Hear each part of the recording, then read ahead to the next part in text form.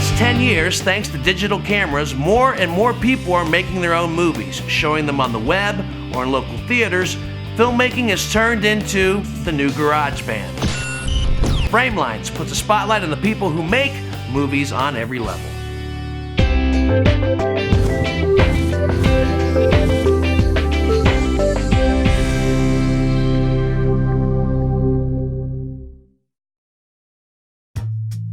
Framelines is brought to you in part by Backyard HD, Tape Central, Production Partners Media, and grants from the Greater Columbus Arts Council.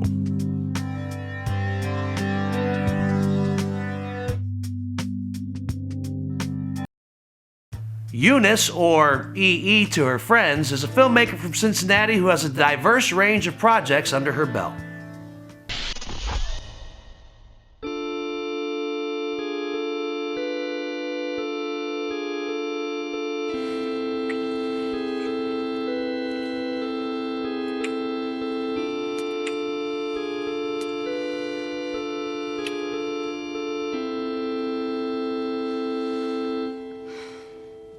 I love funerals. In life, we all have choices. Some make the right choice, some make the wrong. In Cliff's case, he didn't make the right choice. We can't always understand his plan for us. So what can we learn from that, everyone here today? To make your life better, think about your choices, individually as well as a whole. No time limit. Because as individuals, And no orchestra to hurry him along. I'm originally from South Texas, near Corpus Christi, and moved to Ohio in 1999 to go to grad school. After a stint in New York and in Belgium, kind of bouncing around, I ended up landing here in Cincinnati and couldn't ask for a better place to be. I have always been a short fiction and poetry person, but I didn't begin writing novels until actually the year I graduated from film school. My best friend was killed in a car accident, and I had to take some time to reevaluate my life, and in that, I wrote my first novel in 2 months, and it was sold in less than a year, and had my second novel written in that year's time as well, and it sold immediately. Both of my novels, Prizefighter and Mikasa and Feels Like Home, are distributed through Random House.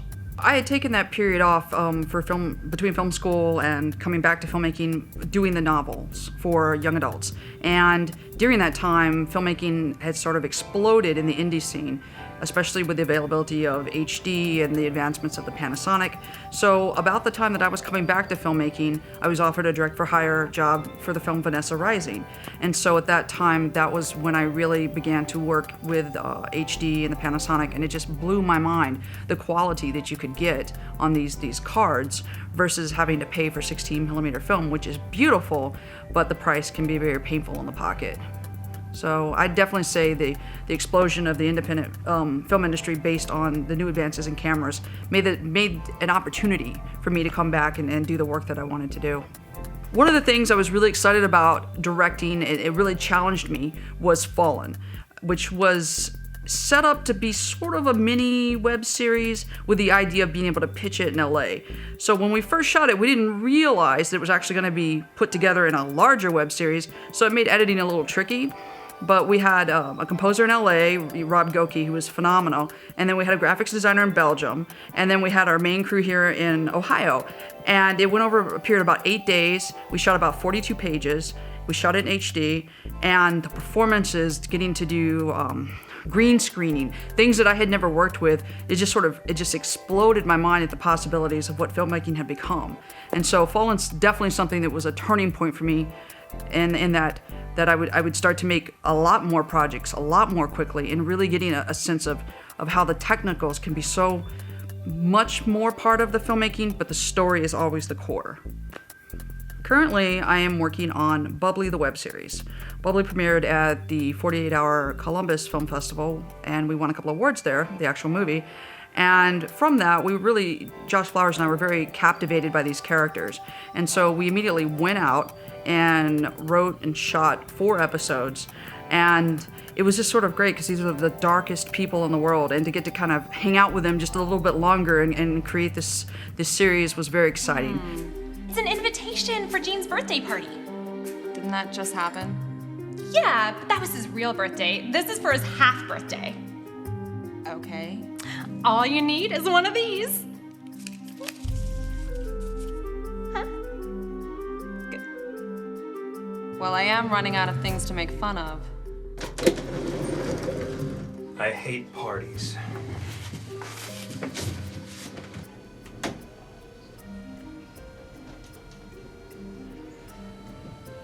Approximately 30 people die in elevators each year. God, I wish there were more elevators. A lot of people, and they all. I'll tell everyone about it. Okay, so it's a costume party. Oh my God! It's like more of a costume party, and they all. I just got to direct a music video for the Cincinnati-rooted band You're Awesome. Right now, I'm at a point in my career where I get to, be a director of music videos, be a director of narratives, edit a feature film. Like I get to be across the board, and the best part of it all is I still get to be a part of a story that makes sense to me, and do stories that make sense to me, and seem truthful and fun and honest, and that feels like the best part of this deal.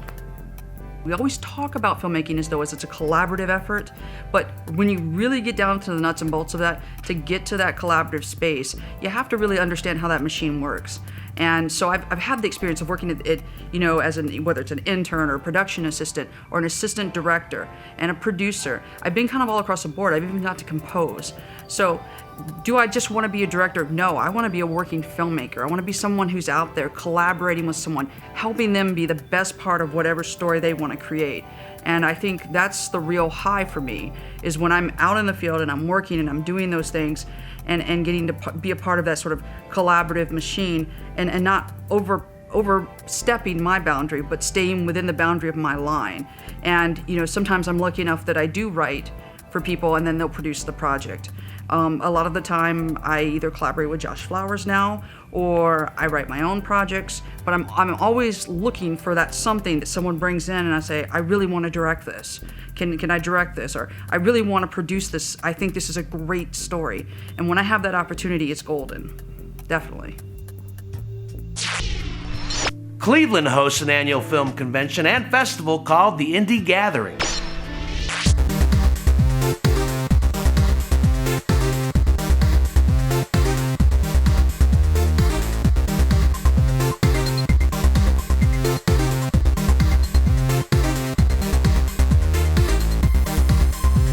We are here at the Cleveland Indie Gathering, which is an international film festival and convention. Well, my role here is helping Ray Such as much as I can. Whatever he needs, I will always going to be there for him, and also helping organize the panel discussion for the lectures. He takes care of the listing of the films, I take care of the lecture part of the deal. One of the key elements in filmmaking is networking. I don't care if you're networking in your city or your state or the country. You're networking, you're tapping resources that you don't have available to you. You are making your dollar stretch that distance by finding opportunities. That's networking. I am sold on networking. The Indie Gathering was developed for networking. It started as a film competition. And then we do the screenings. And then the following year, we decided to put in acting competition. And then stunt competition, then script writing competition. We did FX makeup competition.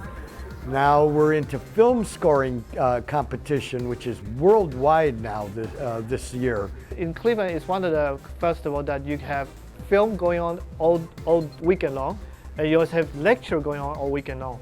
So when you pay for one-day event pass for the film, you actually go to attend all those lectures. And I would say it's probably one of the best, or actually the only one type of film festival like this in Cleveland that does both things at the same time. And they do a really great job of having really talented people sitting in a panel to talk about different aspects of film, including legal aspect, producing, editing, music scoring, and so on. So it's geared for everybody. We always here because we have a great time. We meet a lot of different filmmakers and talk to everybody and mingle and network, which is all filmmaking and film festival all about, to go there and network with people. One of the 25 top film festivals picked by Movie Maker magazine in 2008 was the Indie Gathering for networking. No matter where I'm at, in the restaurant, in the bar, in the hallway, I'm talking to somebody from New Jersey and somebody from Philadelphia and something, and we're networking and we're BSing it. We come up with ideas.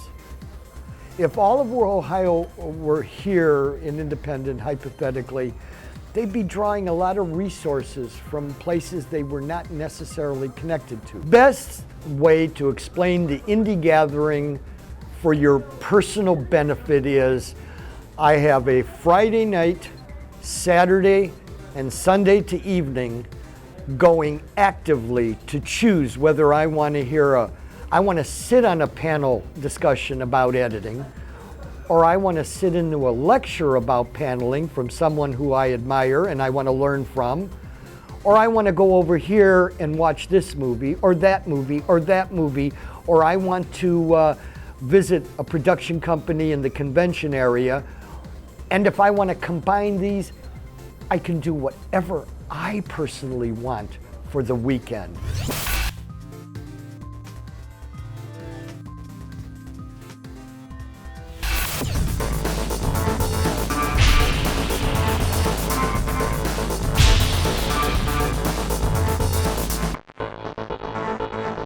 When most people think of transitions, they think of a button they press in their computer or on their switcher. There are alternatives to making transitions from one scene to another.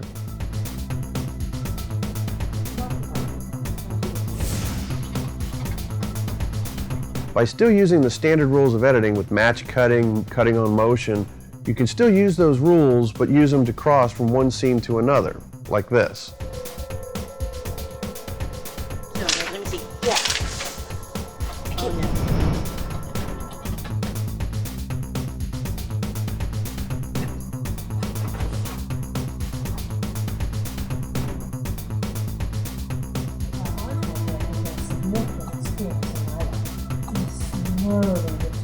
Using natural transitions is especially effective when you're dealing with parallel action or parallel storylines. Jumping from one story to another, the natural transitions help emphasize the similarities between the two events.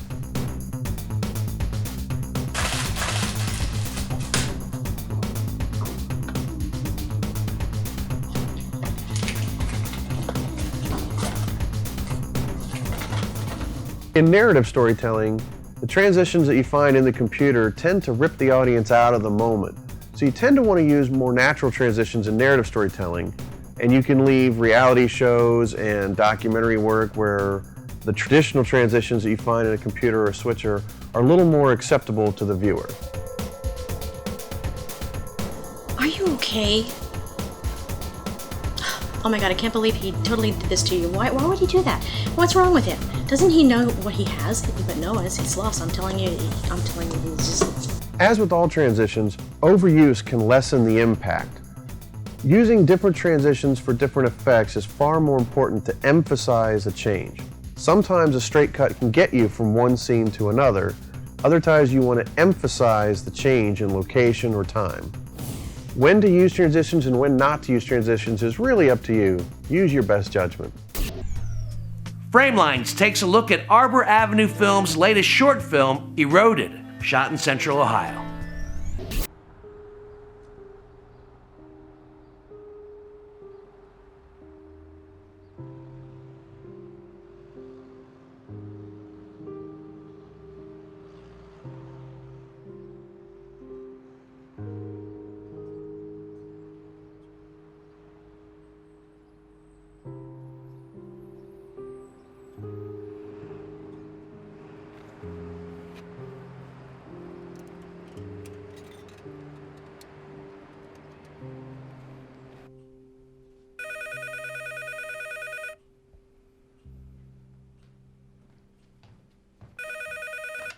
Hello?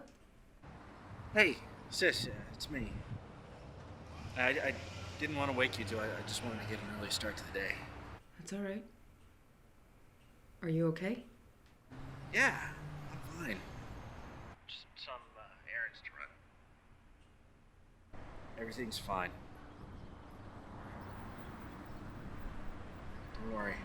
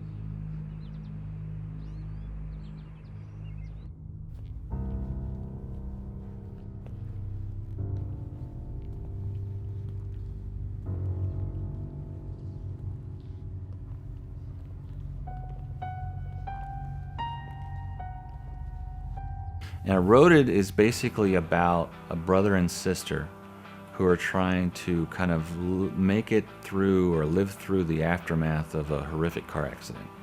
On my off days, I would hang out with a friend of mine named Rafael Rosado, who is an animator, and he did storyboarding. And I went into I would go to his apartment and hang out and we'd talk. And one day on the wall was an image of this guy sitting on a park bench, and his face was coming up out of the ground. He was like, there's a face out of the ground. I'm like, what is that? What's that? He said, it's just some guy talking to somebody in the ground. I went, And I kept going there, a couple of days here and there, and I would always see it. And I said, I have an idea that might work for this image. Do you mind if I tried to write a script based on this image? So John had written this script called Todd, inspired by this art by Rafael Rosado. That was, to me, the most interesting parts of the script, and the things that resonated most with me were the things that that were inspired by that drawing. And so it went in a completely different direction in terms of character arc or character backstory. John was very happy with what came out of that, and then we tweaked it from there. Our crew was big for an independent film. At its peak, we had, including cast on set, it was like 40 people, 35 to 40 people. Production actually was funded by myself and with Phil. I actually funded most of it I took a loan out of my 401k, and a lot of people say, don't do that. But I had to. It was a story that had to be told, and I wanted to make sure that we had the tools to be able to tell it right, as far as I'm concerned. And one of the things that we've done in the past is that we try to have productions that have a certain production value. We try to make it look like a movie. So I said, well, I've got to rent the red, and that's what I did. And I have to rent a grip truck, and that's what I did. And I got all the tools for everybody on the crew to have so they can play. I was going to ask people who normally were doing commercials or on other independent features that are used to having the tools to work with. And I wasn't going to ask them to work on a movie and I'm showing up with a little tiny low light kit. I couldn't do that to them, If they were going to show up to our set, it had to be worthwhile. So that's why I did it. Everyone worked for free, and that's something that when we've done these shorts, we've been fortunate to have enough people, to have these people who are interested enough, who like us, I hope, who have signed on to do these films. And the idea is that they get to work on something that hopefully they can be proud of also. We've worked hard to bring on a lot of people who maybe don't have as much experience so that they can get experience. There was a lot of exteriors in Eroded, and normally in November you're running a chance of it being extremely nasty out. You can run into weather or even snow, rain or snow. But we were really lucky actually. The 4 days that we shot, we probably had an average temperature of about 50 degrees, which is actually really nice. So, and we had very little cloud cover. We had lots of sunshine, so we were able to shoot our full days without losing anything. It was actually worked out really well. The production went really smooth. During pre-production, we were able to schedule everything in a certain way, knowing how much time we had during the day and how much daylight we had. And I think we did really good at trying to make our days. There were a number of scenes that had to be shot that were traveling scenes. There's a major scene in the film that takes place with 4 characters inside of a car, and that's a good half day right there. There are a lot of traveling scenes with our main character by himself, and how did we want to shoot that and cover it? So that proved to be, this is the first film that we've done together where we had a lot of that going on. So that was kind of a challenge. We had a scene where it was a flashback scene of the day of the event, the tragic event, the car accident. And we had to recreate an argument within the car. And basically, there was a car mount that we would put on the hood, and we had a car mount on a side car mount that would go through the windows. So we put the car up onto a flatbed, and we towed it behind a truck, actually a Jeep. So we towed it behind a small vehicle, another vehicle. And I sat in the back with a monitor, and there's a driver, and the audio guy was back there with me. So we just drove around in a circle about a mile radius in these roads over off of 23 South near Columbus, going down this empty road and just kind of going around and around and around for about 2-3 hours. And we'd move the camera from the hood to the passenger side looking to the driver, and then we'd move it to the driver's side looking toward the passenger, and we just covered it that way. Car scenes are kind of difficult because you don't have total control. You do and you don't. If you got to do it right, you got to take some time, and we had a little bit of time, but not all the time in the world, so you're always under pressure to get it done. But I think we did a pretty good job with it. All the footage turned out okay.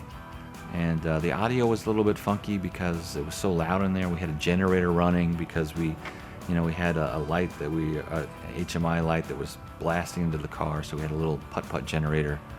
Hopefully with projects like Eroded and other quality projects coming out of Columbus and other cities in Ohio can really show people that outside of here that there are artists here, there are tradespeople here, there are craftsmen here who are doing good work on film and video, so that not just so we can toot our own horn, but that they know that there's good work being done here, there are good people here. If they want to bring a film here, that they can, that they know that there are people out there that can actually step up to the plate and jump onto their productions.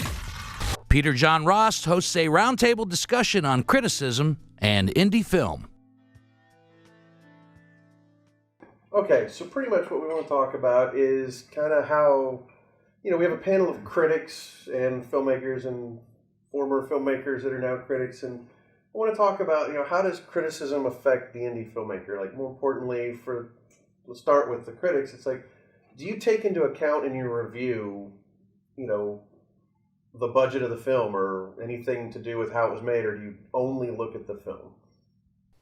Coming from WCBE and reviewing big movies all the time, and then coming into the independent market in Columbus, I had to develop a bunch of different standards. Matter of fact, I think the first thing I saw a film of yours, I said, and I remember you saying this to me, and I remember saying it to you, I really have to see other things that are being done to be able to compare it to what you do. I can't compare you to Avatar, my friend. I don't care, It's just not the same thing. It's not the same format. It's not the same length. I want to see other things that are doing before I can review you. I reviewed short stuff that you did, and they held up in terms of the quality with the big stuff. Remember that? I wrote you a nice review today. Yes, you did. You wrote a very nice I don't regret it. Well, thank you. So, I don't regret it either. I think the smaller reviews on our remark of what's going on in Columbus need to be reviewed. I think the smaller films need to be reviewed, and I think we need to leave that record behind. So it's probably more important for me right now to review what you ladies and men are doing here 48 hours than it is for me to review Thor. You can review Thor. You'll do a good job with Thor. Well, thank you. But also it creates, not only you're reviewing it, but the awareness that it creates. So many more people know about. It's good to be ambitious, but if you're sometimes overly ambitious and you're trying, I've seen independent films that they're like, this is so many effect shots and it looks really cool. Right. And you're like, it looks great, knowing your budget and knowing what you did, but if you want to compete against somebody else that's maybe a little bit higher, it's ambitious, but it may not garner the same reviews, I guess you could say. Yep. I think the smaller ensemble pieces like Winter's Bone actually is easier to get better performances because you've got a cohesive cast that are working together. You're able to get them to work together and know each other. And in the bigger budget things, most of those actors aren't even in the same scene together. To try to pull that together, to get them to work together, it's harder for them. So I think the smaller film has more of a chance to have those great, beautiful performances, and the director absolutely director. Right. Yeah. I mean, it's like for the indie filmmaker, any review you get, even if it's the worst review ever done, you should say thank you. And you get it, because you get ink and you get covered. Right. It's not only there's no such thing as bad press as much as this person took the time to watch and write about your movie. As opposed to ignore it, which I think is far worse. Right, because someone then saw that and said, oh, well, I don't necessarily always agree with this guy or whatever. That sounds interesting. I think I would like to see that. Or that they person now say... has an impression of your film. they're aware of it. Oh yeah, or they say, well, if it's that bad, I've got to see it. Right, exactly. I think there are plenty of reviewers out there that don't care Right. if they say anything positive at all. So I think it's nice that you try to find something positive or the thing in it that was most Especially successful. for an independent. Especially Right. for an Oh, for an independent, independent. Right. because it's so hard for anybody to make a movie, even if you have $200 million in the bank to do it. It's so difficult. So it is nice for someone that they regard as someone to say something positive about their work. I appreciate everybody giving me their time and giving me your thoughts. I really appreciate it. Thank you. Thanks for watching Framelines. If you'd like to know more about the show, check us out online at framelines.tv. And there you have it. We'll see you again on Framelines.